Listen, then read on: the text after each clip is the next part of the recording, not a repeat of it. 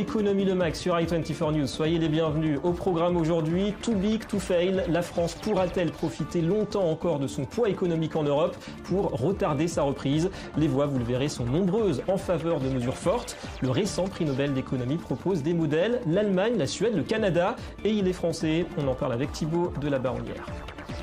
Et puis sa réputation fait d'elle de tout temps une source de savoir, de longue vie, de santé. Mais l'huile d'olive se fait rare cette année. Une récolte désastreuse dans le sud de l'Europe et au final, plus 60% peut-être de hausse des prix pour le consommateur.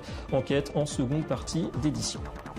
Ouais, tous les moyens semblent bons pour redynamiser cette économie française. Alors ces projets sont-ils vraiment de nature à impulser la reprise? Pour en parler avec nous, Thibaut de la Baronnière, bienvenue à vous. Bonjour David. Analyste économique. Alors d'abord, votre regard sur cette intervention du Nobel de l'économie Jean Tirole. L'Allemagne, la Suède, c'est vraiment là que sont les bons modèles pour la France? En tout cas, ces deux pays ont montré dans le passé leur capacité à se réformer, ce qui est le principal mal de la France.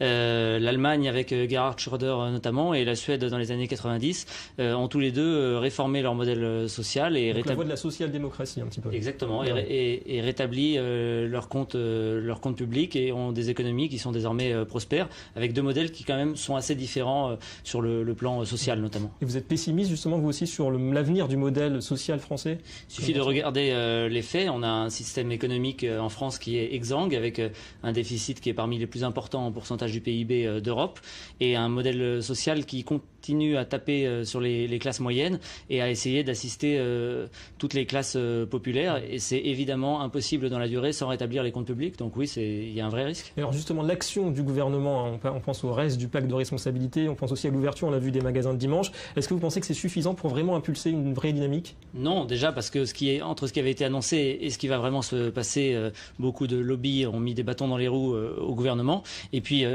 il y a un manque fondamental de réformes structurelles sur le plan du marché du travail, du soutien aux chômeurs et à tout le système d'assistance sociale et d'aide au logement qui est un fouillis incommensurable et qui coûte très cher. Alors le mal est profond, hein, vous l'avez dit. Est-ce que vous l'attribuez surtout à la crise des années 2007-2008 ou bien justement à ce manque de réforme, ce manque de vigueur au niveau de l'action? Ça fait plusieurs décennies que la France n'est pas dans une situation qui est enviable. 2007-2008 n'ont fait qu'aggraver la situation, mais le gros problème de la France, c'est surtout cette incapacité à se réformer de manière structurelle et l'instabilité fiscale terrible qui opère en France, avec notamment ce système de rétroactivité permanent qui fait qu'en octobre 2012, on vote une réforme sur l'ISF avec le gouvernement Hollande qui s'applique au 1er janvier 2012 et qui fait que beaucoup de gens se sont retrouvés à payer des sommes beaucoup plus importantes que prévu. Alors pour revenir sur l'état de santé de cette économie française, est-ce que c'est vraiment du côté des indicateurs il faut s'inquiéter, le déficit, la dette, ou bien c'est au niveau de la dynamique économique?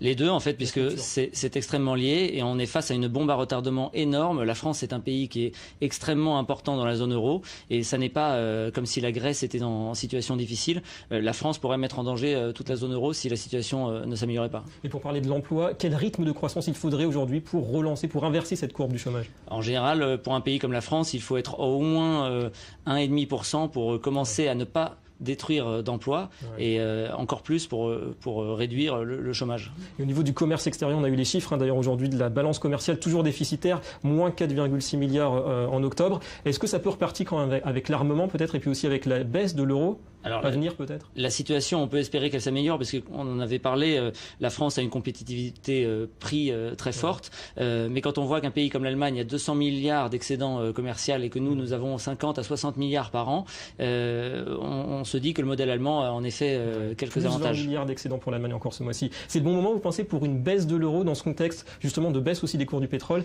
qui allège un petit peu la facture énergétique? Ça ne peut qu'aider une économie comme la nôtre à exporter plus, que ce soit des Airbus ou notamment dans l'armement. Mais il ne faut pas se leurrer. Si on ne rend pas l'économie française plus compétitive et plus souple dans son fonctionnement, le cours de l'eau... aussi peut-être par un QE à l'européenne, un petit peu la BCE, une souplesse monétaire? Oui, mais le programme de la BCE actuelle qu'elle est en train de mettre en place repose beaucoup sur un effet de levier du privé, c'est-à-dire par exemple pour 1 milliard de la BCE, il faudrait que le privé mette aussi plusieurs milliards et cet effet est très très incertain. Merci beaucoup Thibaut de la Baronnière pour toutes ces explications.